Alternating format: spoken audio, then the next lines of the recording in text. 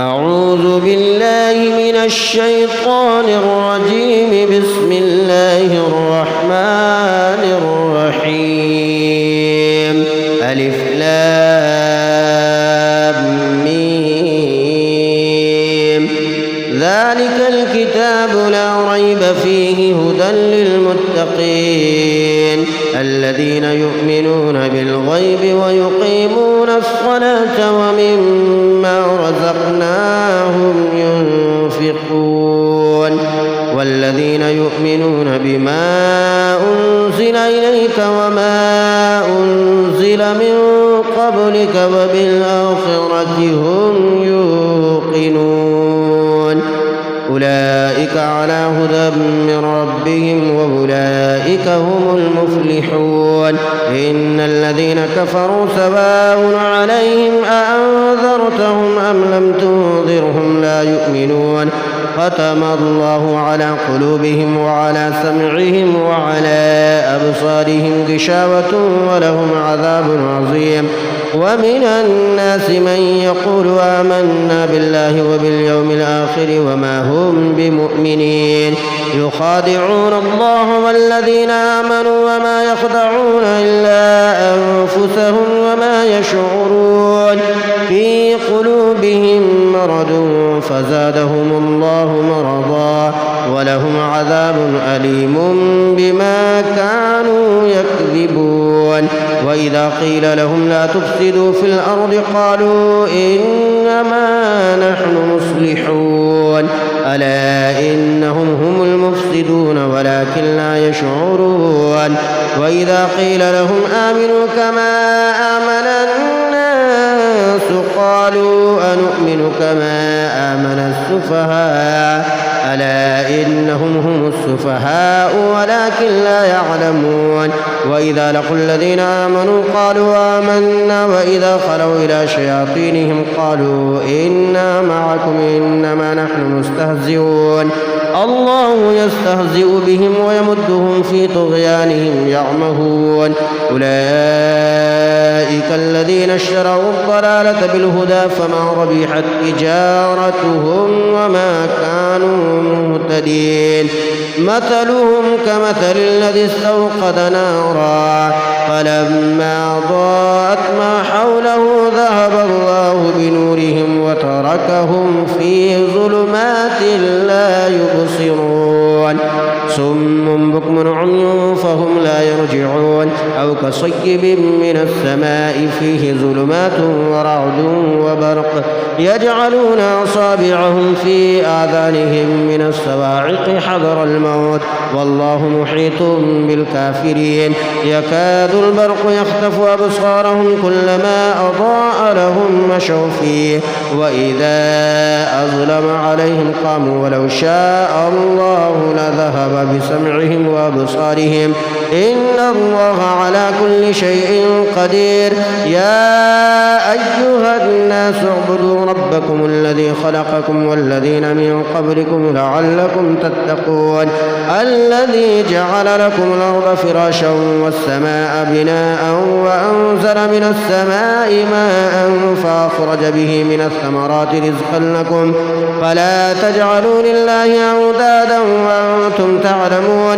وإن كنتم في ريب مما نزلنا على عبدنا فأتوا بسورة من مثله وادعوا شهداءكم من دون الله إن كنتم صادقين. فإن لم تفعلوا ولم تفعلوا فاتقوا النار التي وقودها الناس والحجارة أعدت للكافرين. وبشر الذين آمنوا وعملوا الصالحات أن لهم جنات تجري من تحتها الأنهار كلما رزقوا منها من ثمرة رزقا قالوا هذا الذي رزقنا من قبل وأتوا به متشابها ولهم فيها أزواج مطهرة وهم فيها خالدون. إن الله لا يستحيي أن يضرب مثلا ما بعوضة فما فوقها فأما الذين آمنوا فيعلمون أنه الحق من ربهم.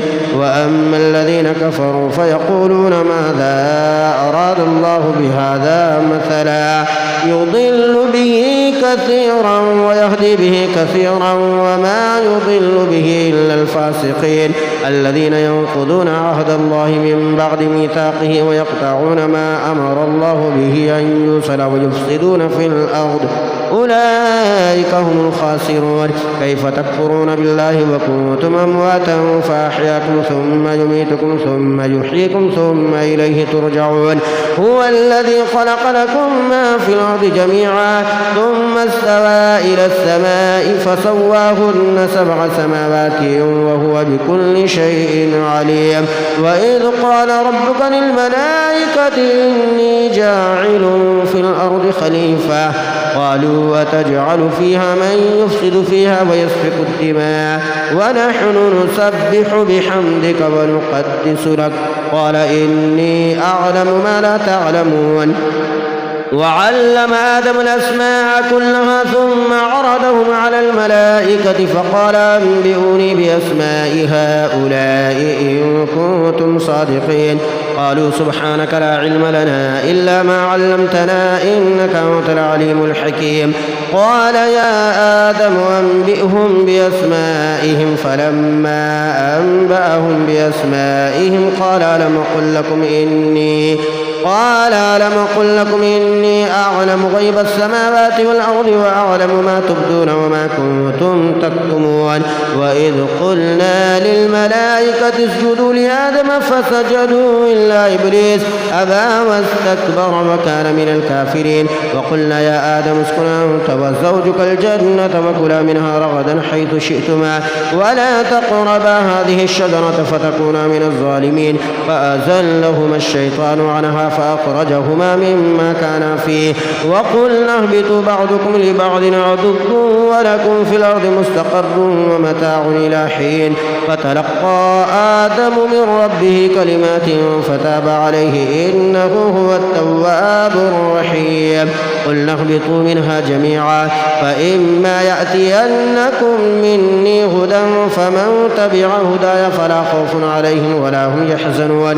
والذين كفروا وكذبوا بآياتنا أولئك أصحاب النار هم فيها خالدون. يا بني إسرائيل اذكروا نعمتي التي أنعمت عليكم وأوفوا بعهدي أوف بعهدكم وإياي فارهبون.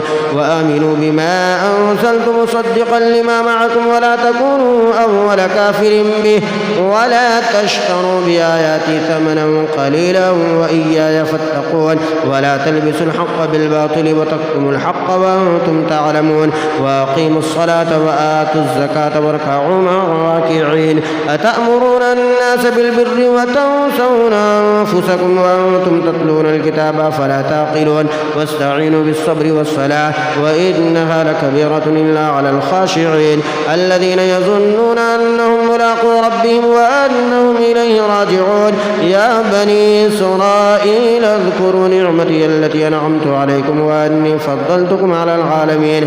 واتقوا يوما لا تجزي نفس عن نفس شيئا ولا يقبل منها شفاعة ولا يؤخذ منها عدل ولا هم ينصرون. وإذ نجيناكم من آل فرعون يسومونكم سوء العذاب يذبحون أبناءكم ويستحيون نساءكم وفي ذلكم بلاء من ربكم عظيم. وإذ فرقنا بكم البحر فأنجيناكم وأغرقنا آل فرعون وأنتم تنظرون.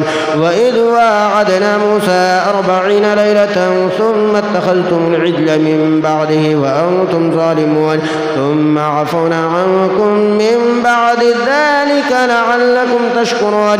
وإذ آتينا موسى الكتاب والفرقان لعلكم تهتدون. وإذ قال موسى لقومه يا قوم إنكم ظلمتم أنفسكم باتخاذكم العجل فتوبوا إلى بارئكم فاقتلوا أنفسكم ذلكم خير لكم عند بارئكم فتاب عليكم إنه هو التواب الرحيم. وإذ قلتم يا موسى لن نؤمن لك حتى نرى الله جهرة فأخذتكم الصاعقة وأنتم تنظرون ثم بعثناكم من بعد موتكم لعلكم تشكرون. وظللنا عليكم الغمام وأنزلنا عليكم المن والسلوى كلوا من طيبات الطيبات ما رزقناكم وما ظلمونا ولكن كانوا أنفسهم يظلمون. وإذ قلنا ادخلوا هذه القرية فكلوا منها حيث شئتم رغدا وادخلوا الباب سجدا وقولوا حتة نغفر لكم خطاياكم وسنزيد المحسنين. فبدل الذين ظلموا قولا غير الذي قيل لهم فأنزلنا على الذين ظلموا رجزا من السماء بما كانوا يفسقون. وإذ استسقى موسى لقومه فقلنا اضرب بعصاك الحجر فانفجرت منه 12 عينا قد علم كل أناس مشربهم كلوا واشربوا من رزق الله ولا تعثوا في الأرض مفسدين. وإذ قلتم يا موسى لن نصبر على طعام واحد فادع لنا ربك يخرج لنا مما تنبت الأرض من بقلها وقثائها وفومها وعدسها وبصلها قال تستبدلون الذي هو أدنى بالذي هو خير اهبطوا مصرا فإن لكم ما سألتم وضربت عليهم الذلة والمسكنة وباءوا بغضب من الله ذلك بأنهم كانوا يكفرون بآيات الله ويقتلون النبيين بغير الحق ذلك بما عصوا وكانوا يعتدون. إن الذين آمنوا والذين هادوا والنصارى والصابئين من آمن بالله واليوم الآخر وعمل صالحا فلهم أجرهم عند ربهم ولا خوف عليهم ولا هم يحزنون. وإذا أخذنا ميثاقكم ورفعنا فوقكم الطور خذوا ما آتيناكم بقوة واذكروا ما فيه لعلكم تتقون ثم توليتم من بعد ذلك فلولا فضل الله عليكم ورحمته لكنتم من الخاسرين. ولقد علمتم الذين اعتدوا منكم في السبت فقلنا لهم كونوا قردة خاسئين فجعلناها نكالا لما بين يديها وما خلفها وموعظة للمتقين. وإذ قال موسى لقومه إن الله يأمركم أن تذبحوا بقرة قالوا أتتخذنا هزوا قال أعوذ بالله أن أكون من الجاهلين. قالوا ادع لنا ربك يبين لنا ما هي قال إنه يقول إنها بقرة لا فارض ولا بكر عوان بين ذلك ففعلوا ما تؤمرون. قالوا ادع لنا ربك يبين لنا ما لونها قال إنه يقول إنها بقرة صفراء فاقع لونها تسر الناظرين. قالوا ادع لنا ربك يبين لنا ما هي إن البقرة شابه علينا وإنا إن شاء الله لمهتدون. قال إنه يقول إنها بقرة لا ذلول تثير الأرض ولا تسقي الحرث مسلمة لا شية فيها. قالوا الآن جئت بالحق فذبحوها وما كادوا يفعلون. وإذ قتلتم نفسا فادارأتم فيها والله مخرج ما كنتم تكتمون. فقلنا اضربوه ببعضها كذلك يحيي الله الموتى ويريكم آياته لعلكم تعقلون.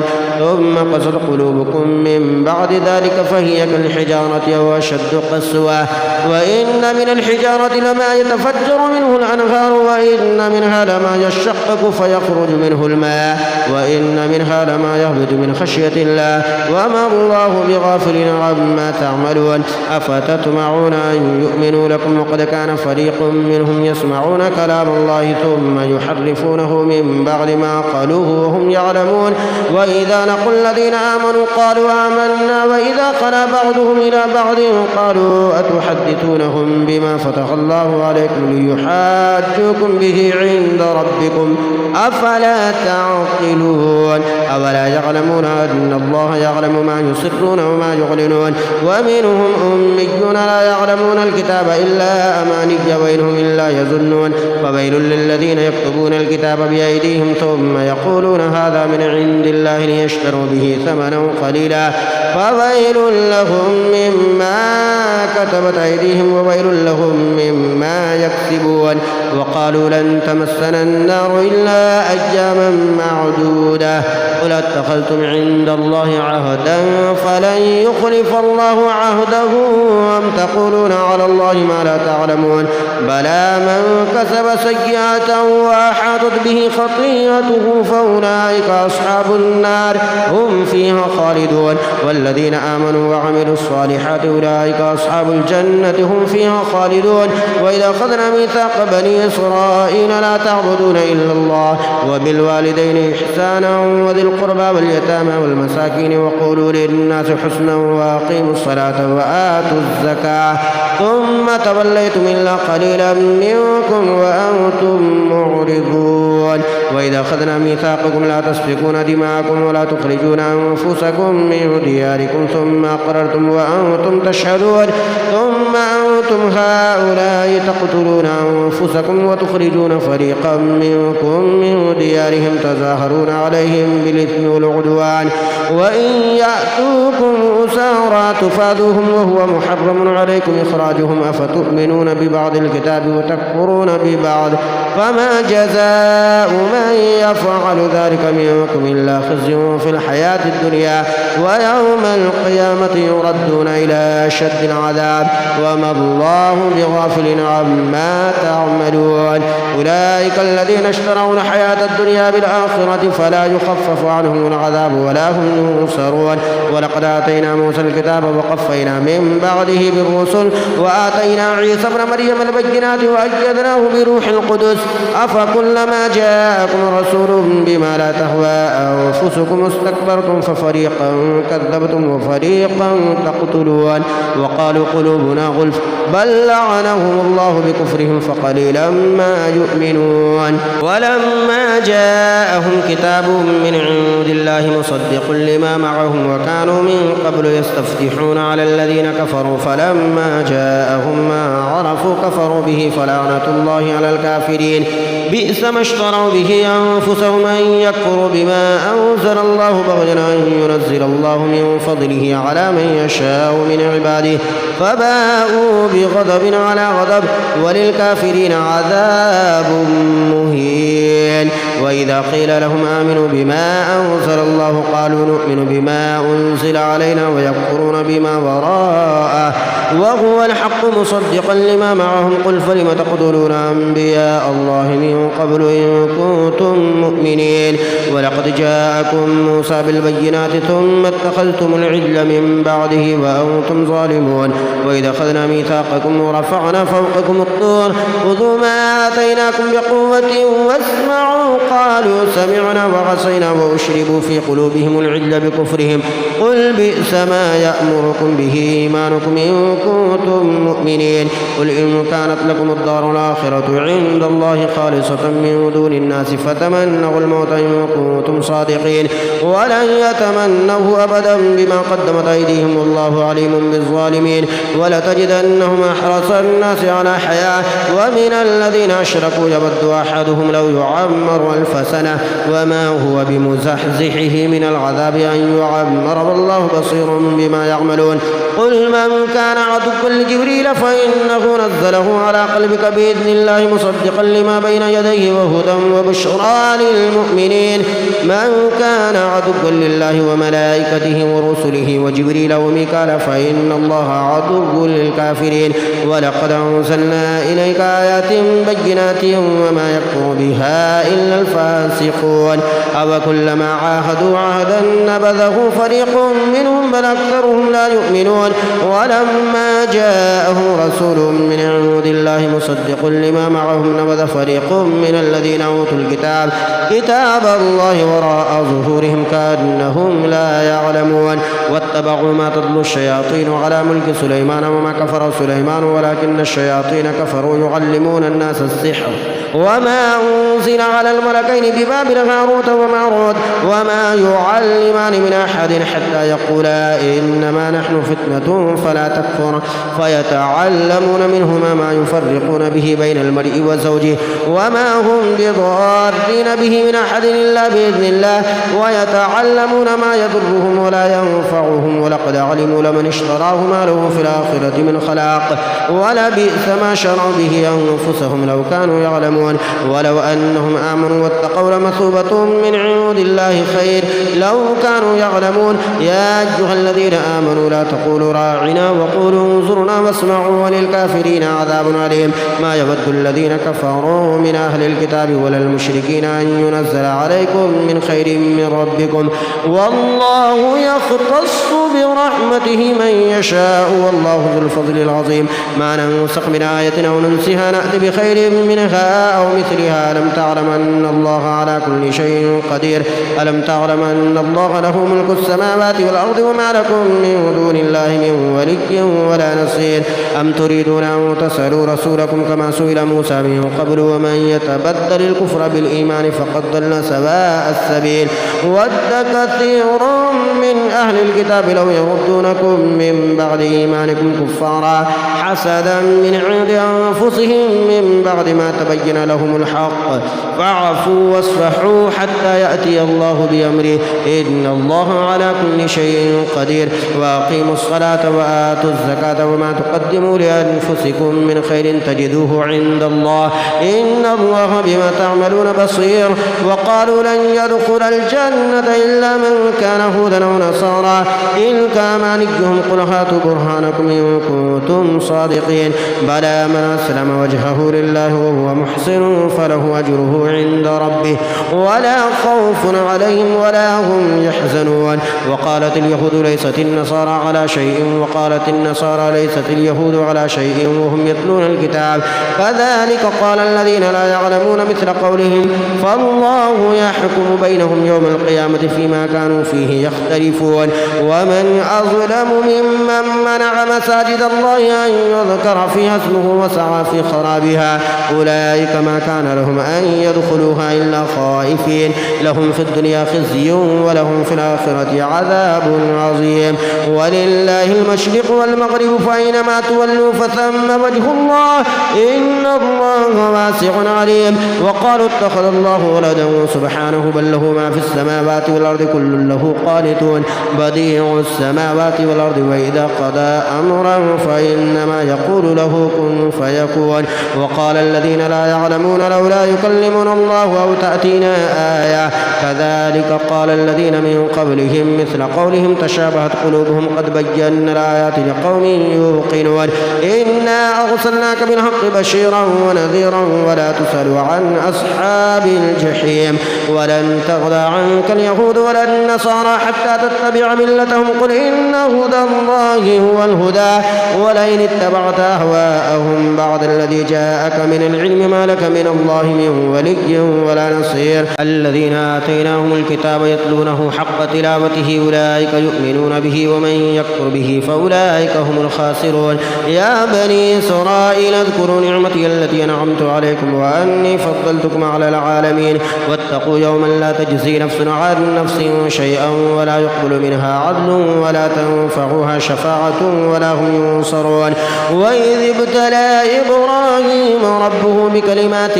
فأتمهن قال إني جاعلك للناس إماما قال ومن ذريتي قال لا ينال عهد الظالمين وإذ جعلنا البيت مثابة للناس وأمنا واتخذوا من مقام إبراهيم مصلى وعهدنا إلى إبراهيم وإسماعيل أن طهرا بيتي للطائفين والعاكفين والركع السجود وإذ قال إبراهيم رب اجعل هذا بلدا آمنا وارزق أهله من الثمرات من آمن منهم بالله واليوم الآخر قال ومن كفر فأمتعه قليلا ثم أضطره إلى عذاب النار وبئس المصير وإذ يرفع إبراهيم القواعد من البيت وإسماعيل ربنا تقبل منا إنك أنت السميع العليم ربنا واجعلنا مسلمين لك ومن ذريتنا أمة مسلمة لك وأرنا مناسكنا وتب علينا إنك أنت التواب الرحيم ربنا وابعث فيهم رسولا منهم يتلو عليهم آياتك ويعلمهم الكتاب والحكمة ويزكيهم إنك أنت العزيز الحكيم ومن يرغب عن ملة إبراهيم إلا من سفه نفسه ولقد اصطفيناه في الدنيا وإنه في الآخرة لمن الصالحين. إذ قال له ربه أسلم قال أسلمت لرب العالمين. ووصى بها إبراهيم بنيه ويعقوب يا بني إن الله اصطفى لكم الدين فلا تموتن إلا وأنتم مسلمون. أم كنتم شهداء إذ حضر يعقوب الموت إذ قال لبنيه ما تعبدون من بعدي قالوا نعبد إلهك وإله آبائك إبراهيم وإسماعيل وإسحاق إلها واحدا ونحن له مسلمون. تلك أمة قد خلت لها ما كسبت ولكم ما كسبتم ولا تسألون عما كانوا يعملون. وقالوا كونوا هودا أو نصارى تهتدوا قل بل ملة إبراهيم حنيفا وما كان من المشركين. قولوا آمنا بالله وما أنزل إلينا وما أنزل إلى إبراهيم وإسماعيل وإسحاق ويعقوب والأسباط وما أوتي موسى وعيسى وما أوتي النبيون من ربهم لا نفرق بين أحد منهم ونحن له مسلمون.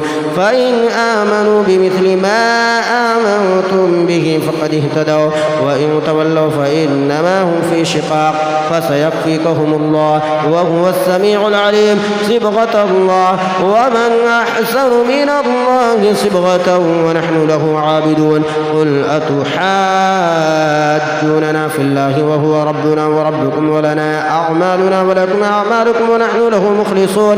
أم تقولون إن إبراهيم وإسماعيل وإسحاق ويعقوب والأسباط كانوا هودا أو نصارى قل أأنتم أعلم أم الله ومن أظلم ممن كتم شهادة عنده من الله وما الله بغافل عما تعملون. تلك أمة قد خلت لها ما كسبت ولكم ما كسبتم ولا تسألون عما كانوا يعملون. سيقول السفهاء من الناس ما ولاهم عن قبلتهم التي كانوا عليها قل لله المشرق والمغرب يهدي من يشاء إلى صراط مستقيم. وكذلك جعلناكم أمة وسطا لتكونوا شهداء على الناس ويكون الرسول عليكم شهيدا. وما جعلنا القبلة التي كنت عليها إلا لنعلم من يتبع الرسول ممن ينقلب على عقبيه وإن كانت لكبيرة إلا على الذين هدى الله وما كان الله ليضيع إيمانكم إن الله بالناس لرؤوف رحيم. قد نرى تقلب وجهك في السماء فلنولينك قبلة ترضاها فول وجهك شطر المسجد الحرام وحيث ما كنتم فولوا وجوهكم شطره وإن الذين أوتوا الكتاب لا يعلمون أنه الحق من ربهم وما الله بغافل عما يعملون. ولئن أتيت الذين أوتوا الكتاب بكل آية ما تبعوا قبلتك وما أنت بتابع قبلتهم وما بعضهم بتابع قبلة بعد ولئن اتبعت أهواءهم من بعد ما جاءك من العلم إنك إذا لمن الظالمين. الذين آتيناهم الكتاب يعرفونه كما يعرفون أبناءهم وإن فريقا منهم لا يكتمون الحق وهم يعلمون. الحق من ربك فلا تكونن من الممترين ولكل وجهة هو موليها فاستبقوا الخيرات أينما تكونوا يأتي بكم الله جميعا إن الله على كل شيء قدير. ومن حيث خرجت فول وجهك شطر المسجد الحرام وإنه للحق من ربك وما الله بغافل عما تعملون. ومن حيث خرجت فول وجهك شطر المسجد الحرام وحيث ما كنتم فولوا وجوهكم شطره لئلا يكون للناس عليكم حجة إلا الذين ظلموا منهم فلا تخشوهم واخشوني وليتم نعمتي عليكم ولعلكم تهتدون. فما أرسلنا فيكم رسولا منكم يتلو عليكم آياتنا ويزكيكم ويعلمكم الكتاب والحكمة ويعلمكم ما لم تكونوا تعلمون. فاذكروني أذكركم واشكروا لي ولا تكفرون. يا أيها الذين آمنوا استعينوا بالصبر والصلاة إن الله مع الصابرين. ولا تقولوا لمن يقتل في سبيل الله أموات بل أحياء ولكن لا تشعرون.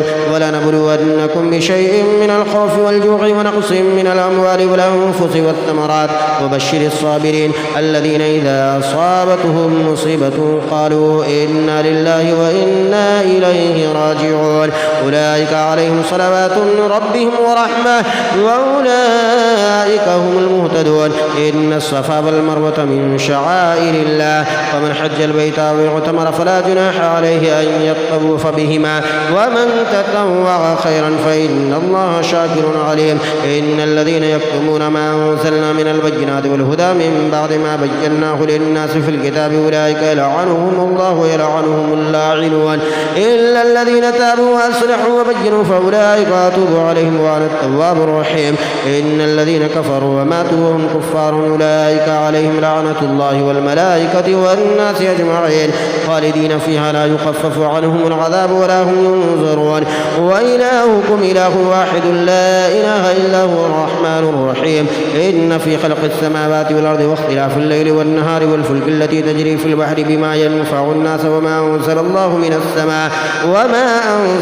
من السماء من ماء فأحيا به الأرض بعد موتها وبث فيها من كل دابة وتصريف الرياح والسحاب المسخر بين السماء والأرض لآيات لقوم يعقلون.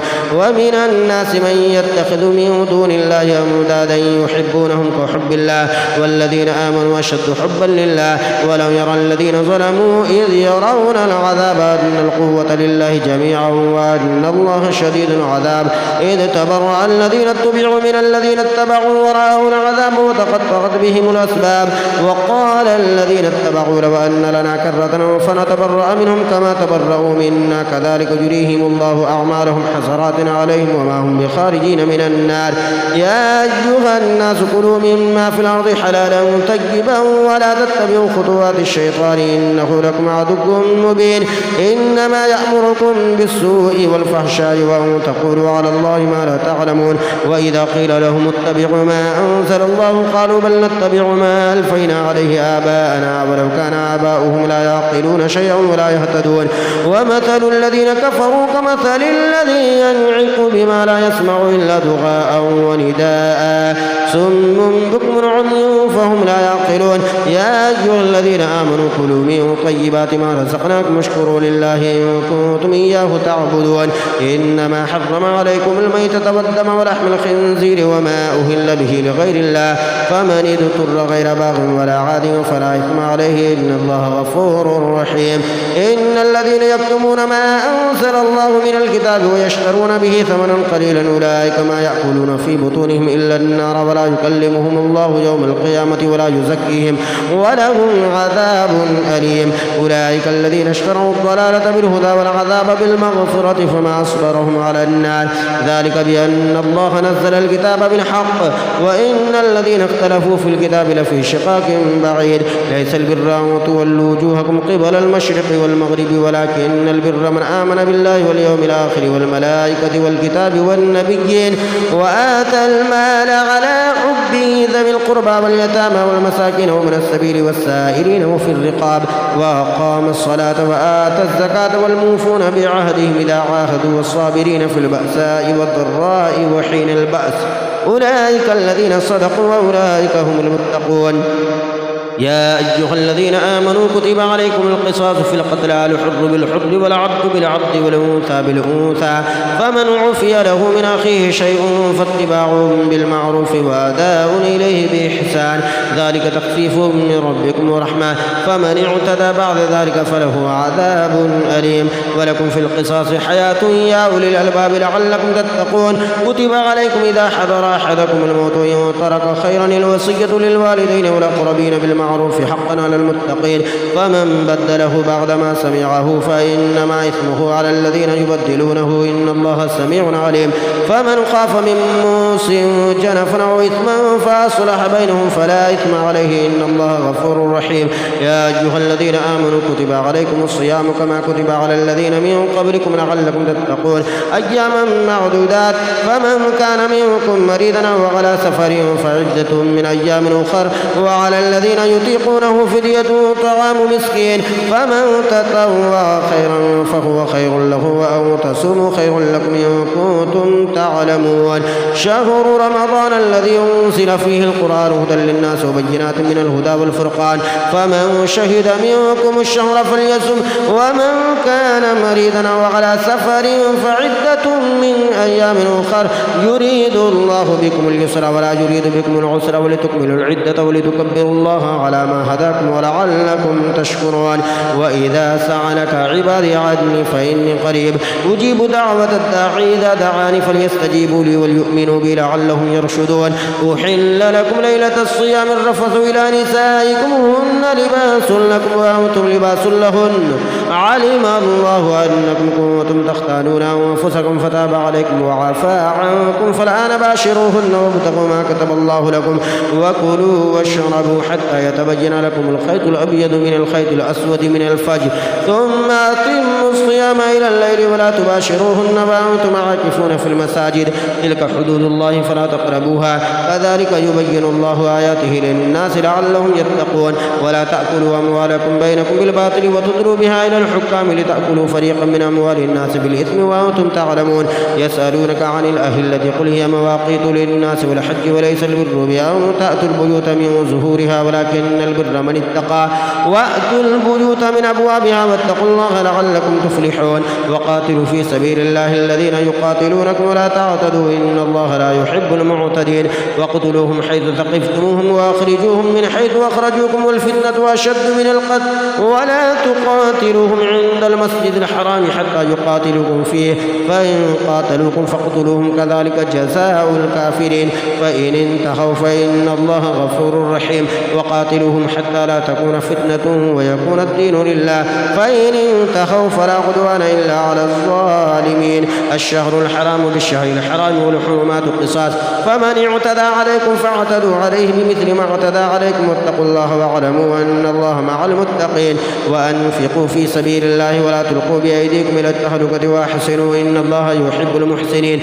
وأتموا الحج والعمرة لله فإن أحسنتم فما استيسر من الهدي ولا تحلقوا رؤوسكم حتى يبلغ الهدي محله فمن كان منكم مريضا أو به أذى من رأسه ففدية من صيام أو صدقة أو نسك فإذا أمنتم فمن تمتع بالعمرة إلى الحج فما استيسر من الهدي فمن لم يجد فصيام 3 أيام في الحج و7 إذا رجعتم تلك 10 كاملة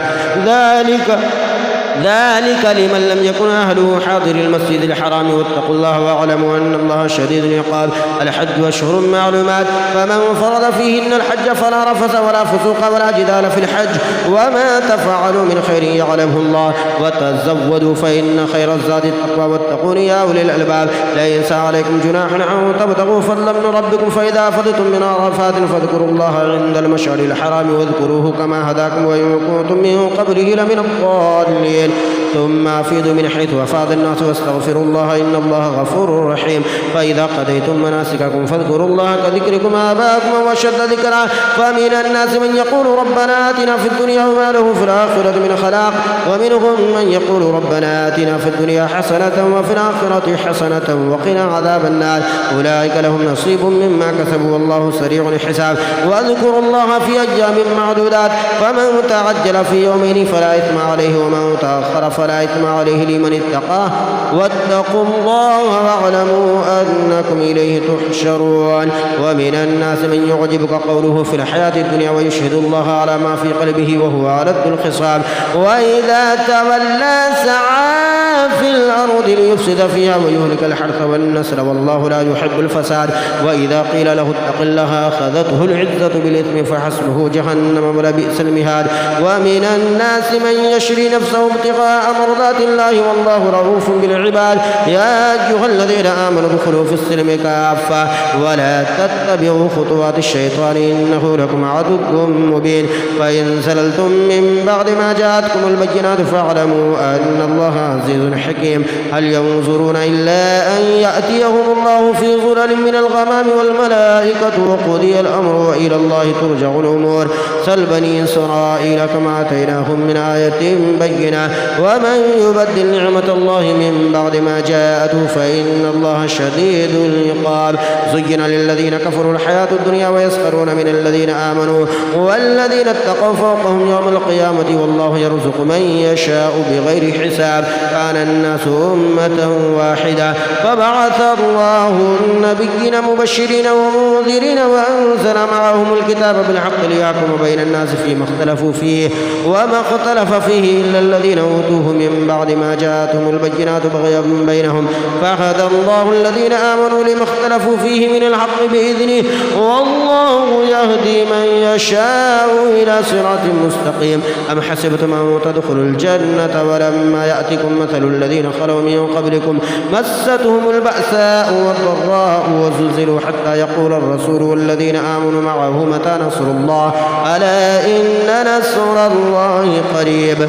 يسألونك ماذا ينفقون قل ما أنفقتم من خير فللوالدين والأقربين واليتامى والمساكين وابن السبيل وما تفعلوا من خير فإن الله به عليم. كتب عليكم القتال وهو كره لكم وعسى أن تكرهوا شيئا وهو خير لكم وعسى أن تحبوا شيئا وهو شر لكم والله يعلم وأنتم لا تعلمون. يسألونك عن الشهر الحرام قتال فيه قل قتال فيه كبير وصد عن سبيل الله وكفر به والمسجد الحرام وإخراج أهله منه أكبر عند الله والفتنة أكبر من القتل ولا يزالون يقاتلونكم حتى يردوكم عن دينكم إن استطاعوا ومن يرتد منكم عن دينه فيمت وهو كافر فأولئك حبطت أعمالهم في الدنيا والآخرة وأولئك أصحاب النار هم فيها خالدون. إن الذين آمنوا والذين هاجروا وجاهدوا في سبيل الله أولئك يرجون رحمة الله والله غفور رحيم. يسألونك عن الخمر والميسر قل فيهما إثم كبير ومنافع للناس وإثمهما أكبر من نفعهما ويسألونك ماذا ينفقون قل العفو كذلك يبين الله لكم الآيات لعلكم تتفكرون في الدنيا والآخرة. ويسألونك عن اليتامى قل إصلاح لهم خير وإن تخالطوهم فإخوانكم والله يعلم المفسد من المصلح ولو شاء الله لأعنتكم إن الله عزيز حكيم. ولا تنكحوا المشركات حتى يؤمن ولا أمة مؤمنة خير من مشركة ولو أعجبتكم ولا تنكحوا المشركين حتى يؤمنوا ولا عبد مؤمن خير من مشرك ولو أعجبكم أولئك يدعون إلى النار والله يدعو إلى الجنة والمغفرة بإذنه ويبين آياته للناس لعلهم يتذكرون. ويسألونك عن المحيض قل هو أذى فاعتزلوا النساء في المحيض ولا تقربوهن حتى يطهرن فإذا تطهرن فأتوهن من حيث أمركم الله إن الله يحب التوابين ويحب المتطهرين. نساؤكم حرث لكم فأتوا حرثكم أن شئتم وقدموا لأنفسكم واتقوا الله واعلموا أنكم ملاقوه وبشر المؤمنين. ولا تجعلوا الله عرضة لأيمانكم أن تبروا وتتقوا وتصلحوا بين الناس والله سميع عليم. لا يؤاخذكم الله باللغو في أيمانكم ولكن يؤاخذكم بما كسبت قلوبكم والله غفور حليم. للذين يؤلون من نسائهم تربص 4 أشهر فإن فاءوا فإن الله غفور رحيم وإن عزموا الطلاق فإن الله سميع عليم. والمطلقات يتربصن بأنفسهن 3 قروء ولا يحل لهن أن يكتمن ما خلق الله في أرحامهن إن كن يؤمن بالله واليوم الآخر وبعولتهن حق بردهن في ذلك إن أرادوا إصلاحا ولهن مثل الذي عليهن بالمعروف وللرجال عليهن درجة والله عزيز حكيم. الطلاق 2 فإمساكم بمعروف أو تسريح بإحسان ولا يحل لكم أن تأخذوا مما آتيتموهن شيئا إلا أن يخافا ألا يقيما حدود الله فإن خفتم ألا يقيما حدود الله فلا جناح عليهما فيما افتدت به تلك حدود الله فلا تعتدوها سبيلا ومن يتعد حدود الله فأولئك هم الظالمون فإن طلقها فلا تحل له من بعد حتى تنكح زوجا غيره فإن طلقها فلا جناح عليهما أن يتراجعا يوصلن أن يقيما حدود الله وتلك حدود الله يبينها لقوم يعلمون وإذا طلقتم النساء فبلغن أجلهن فأمسكوهن بمعروف أو سرحوهن بمعروف ولا تمسكوهن ضرارا لتعتدوا ومن يفعل ذلك فقد ظلم نفسه ولا تتخذوا آيات الله هزوا واذكروا نعمة الله عليكم وما أنزل عليكم من الكتاب والحكمة يعظكم به واتقوا الله واعلموا أن الله بكل شيء عليم وإذا طلقتم النساء فبلغن أجلهن فلا تعذلوهن أن ينكحن أزواجهن إذا تراضوا بينهم بالمعروف ذلك يوعظ به من كان منكم يؤمن بالله واليوم الآخر ذلكم أزكى لكم وأطهر والله يعلم وأنتم لا تعلمون والوالدات يرضعن أولادهن حولين كاملين لمن أراد أن يتم الرضاعة وعلى المولود له رزقهن وكسوتهن بالمعروف لا تكلف نفس إلا وسعها لا تضار والدة بولدها ولا مولود له بولده وعلى الوارث مثل ذلك فإن أراد فصالا عن تراض منهما وتشاور فلا جناح عليهما وإن أردتم أن تسترضعوا أولادكم فلا جناح عليكم إذا سلمتم ما آتيتم بالمعروف واتقوا الله واعلموا أن الله بما تعملون بصير والذين يتوفون منكم ويذرون أزواجا يتربصن بأنفسهن 4 أشهر وعشرا وإذا بلغن أجلهن فلا جناح عليكم فيما فعلن في أنفسهن بالمعروف والله بما تعملون خبير ولا جناح عليكم فيما عرضتم به من خطبة النساء أو أكنتم في أنفسكم علم الله عنكم ستذكرونهن ولكن لا تواعدوهن سرا إلا أن تقولوا قولا معروفا ولا تعزموا عقدة النكاح حتى يبلغ الكتاب أجله واعلموا أن الله يعلم ما في أنفسكم فاحذروه واعلموا أن الله غفور حليم لا جناح عليكم إن طلقتم النساء ما لم تمسوهن وتفردوا لهن فريدا ومتعوهن على الموسع قدره وعلى المقدر قدره متاعا بالمعروف حقا على المحسنين وإن طلقتموهن من قبل أن تمسوهن وقد فرضتم لهن فريدة فنصف ما فرضتم إلا أن يعفون أو يعفو الذي بيده عقدة النكاح وأن تعفوا أقرب للتقوى ولا تنسوا الفضل بينكم إن الله بما تعملون بصير حافظوا على الصلوات والصلاة الوسطى وقوموا لله قانتين فإن خفتم فرجالا أو ركبانا فإذا أمنتم فاذكروا الله كما علمكم ما لم تكونوا تعلمون والذين يتوفون منكم ويذرون أزواجا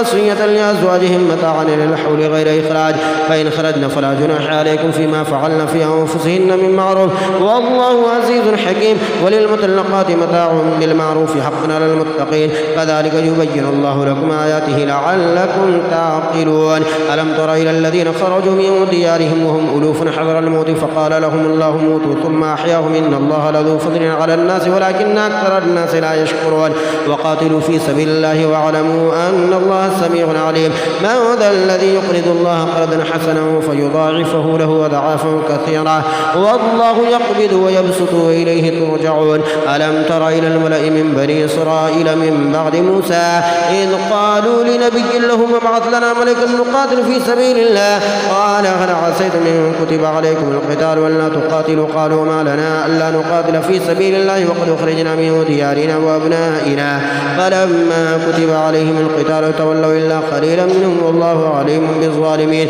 وقال لهم نبيهم إن الله قد بعث لكم طالوت ملكا قالوا أنى يكون له الملك علينا ونحن أحق بالملك منه ولم يؤت ساعة من المال قال إن الله اصطفاه عليكم وزاده بسطة في العلم والجسم والله يؤتي ملكه من يشاء والله واسع عليم وقال لهم نبيهم إن آية ملكه أن يأتيكم التابوت فيه سكينة من ربكم وبقية مما ترك آل موسى وآل هارون تحمله الملائكة إن في ذلك لآية لكم إن كنتم مؤمنين فلما فصل طالوت بالجنود قال إن الله مبتليكم من نهر فمن شرب منه فليس مني ومن لم يطعمه فإنه مني إلا من اغترف غرفة بيده فشربوا منه إلا قليلا منهم فلما جاوزه هو والذين آمنوا معه قالوا لا طاقة لنا اليوم بجالوت وجنوده قال الذين يظنون أنهم ملاقو الله كم من فئة قليلة غلبت فئة كثيرة بإذن الله والله مع الصابرين.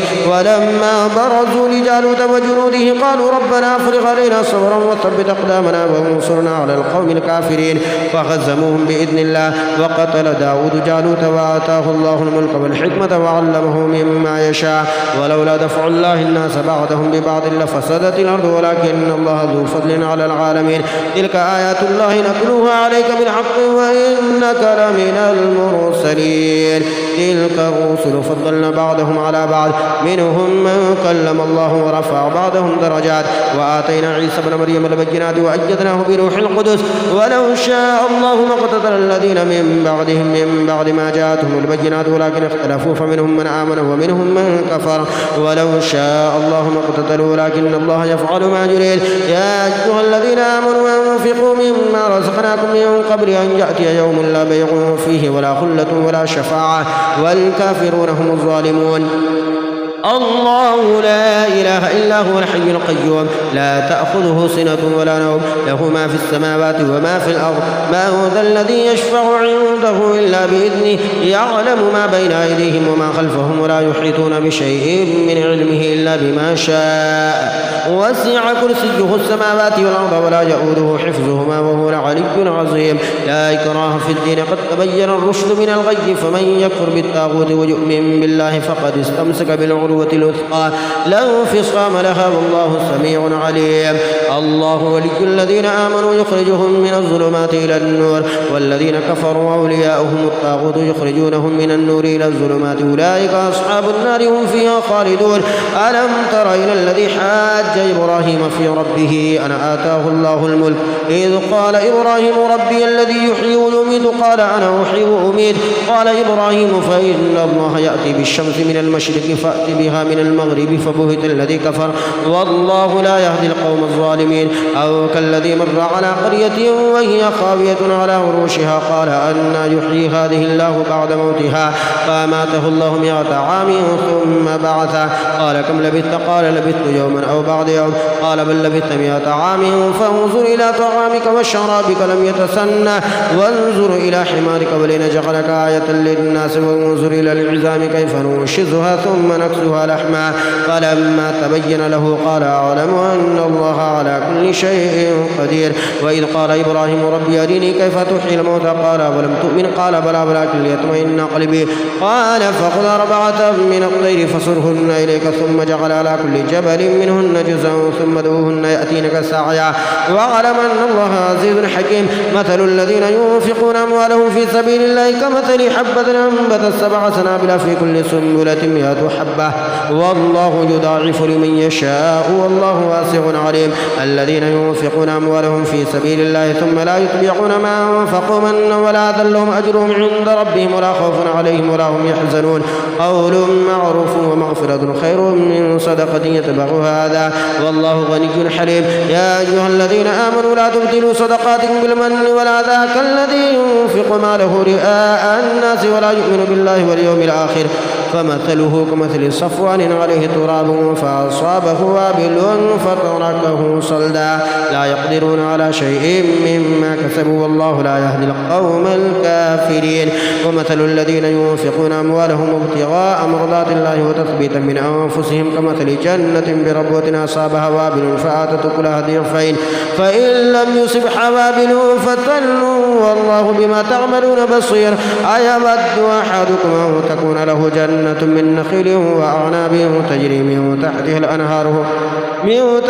الأنهار له فيها من كل الثمرات وأصابه الكبر وله ذرية ضعفاء فأصابها إعصار فيه نار فاحترقت كذلك يبين الله لكم الآيات لعلكم تتفكرون. يا أيها الذين آمنوا أنفقوا من طيبات ما كسبتم ومما أخرجنا لكم من الأرض ولا تيمموا الخبيث منه تنفقون ولستم بآخذه إلا أن تغمضوا فيه واعلموا أن الله غني حميد. الشيطان يعدكم الفقر ويأمركم بالفحشاء والله يعدكم مغفرة منه وفضلا والله واسع عليم. يؤتي الحكمة من يشاء ومن يؤت الحكمة فقد أوتي خيرا كثيرا وما يذكر إلا أولو الألباب. وما أنفقتم من نفقة أو نذرتم من نذر فإن الله يعلم وما للظالمين من أنصار. إن تبدوا الصدقات فنعما هي وإن تخفوها وتؤتوها الفقراء فهو خير لكم ويكفر عنكم من سيئاتكم الله بما تعملون خبير. ليس عليك هداهم ولكن الله يهدي من يشاء وما تنفقوا من خير فلأنفسكم وما تنفقون إلا ابتغاء وجه الله وما تنفقوا من خير يوفى إليكم وأنتم لا تظلمون. للفقراء الذين حصروا في سبيل الله لا يستطيعون ضربا في الأرض يحسبهم الجاهل أغنياء من التعفف تعرفهم بسيماهم لا يسألون الناس إلحافا وما تنفقوا من خير فإن الله به عليم. الذين ينفقون أموالهم بالليل والنهار سرا وعلانية فلهم أجرهم عند ربهم ولا خوف عليهم ولا هم يحزنون. الذين يأكلون الربا لا يقومون إلا كما يقوم الذي يتخبطه الشيطان من المس ذلك بأنهم قالوا إنما البيع مثل الربا وأحل الله البيع وحرم الربا. فمن جاءه موعظة من ربه فانتهى فله ما سلف وأمره إلى الله ومن عاد فأولئك أصحاب النار هم فيها خالدون. يمحق الله الربا ويربي الصدقات والله لا يحب كل كفار أثيم. إن الذين آمنوا وعملوا الصالحات وأقاموا الصلاة وآتوا الزكاة لهم أجرهم عند ربهم ولا خوف عليهم ولا هم يحزنون. يا أيها الذين آمنوا اتقوا الله وذروا ما بقي من الربا إن كنتم مؤمنين فإن لم تفعلوا فأذنوا بحرب من الله ورسوله وإن تبتم فلكم رؤوس أموالكم لا تظلمون ولا تظلمون. وإن كان ذو عسرة فنظرة إلى ميسرة وأن تصدقوا خير لكم إن كنتم تعلمون. واتقوا يوما ترجعون فيه إلى الله ثم توفى كل نفس ما كسبت وهم لا يظلمون. يا أيها الذين آمنوا إذا تداينتم بدين إلى أجل مسمى فاكتبوه ليكتب بينكم كاتب بالعدل ولا يأبى كاتب أن يكتب كما علمه الله فليكتب وليملل الذي عليه الحق وليتق الله ربه ولا يبخس منه شيئا. فإن كان الذي عليه الحق سفيا أو ضعيفا أو لا يستطيع أن يمله فليملل وليه بالعدل واستشهدوا شهيدين من رجالكم فإن لم يكونا رجلين فرجل وامرأتان ممن ترضون من الشهداء أن تضل إحداهما فتذكر إحداهما الأخرى ولا يأبى الشهداء إذا ما دعوا ولا تسعبوا أن تكتبوه صغيرا أو كبيرا إلى أجله ذلكم أقسط عند الله وأقوم للشهادة وأدنى ألا ترتابوا إلا أن تكون تجارة حاضرة تديرونها بينكم فليس عليكم جناح ألا تكتبوها. وأشهدوا إذا تبايعتم ولا يضار كاتب ولا شهيد وإن تفعلوا فإنه فسوق بكم واتقوا الله ويعلمكم الله والله بكل شيء عليم. وإن كنتم على سفر ولم تجدوا كاتبا فرهان مقبودا وإن أمن بعضكم بعضا فليؤدي الذي ائتمن أمانته وليتق الله ربه ولا تكتموا الشهادة ومن يكتمها فإنه آثم قلبه والله بما تعملون عليم. لله ما في السماوات وما في الأرض وإن تبدوا ما في أنفسكم أو تخفوه يحاسبكم به الله فيغفر لمن يشاء ويعذب من يشاء والله على كل شيء قدير. آمن الرسول بما أنزل إليه من ربه والمؤمنون كل آمن بالله وملائكته وكتبه ورسله لا نفرق بين أحد من رسله وقالوا سمعنا وأطعنا غفرانك ربنا وإليك المصير. لا يكلف الله نفسا إلا وسعها لها ما كسبت وعليها ما اكتسبت ربنا لا تؤاخذنا إن نسينا أو أخطأنا ربنا ولا تحمل علينا يسرا كما حملته على الذين من قبلنا ربنا ولا تحملنا ما لا طاقة لنا به واعف عنا واغفر لنا وارحمنا أنت مولانا فانصرنا على القوم الكافرين. آمنت بالله صدق الله العظيم.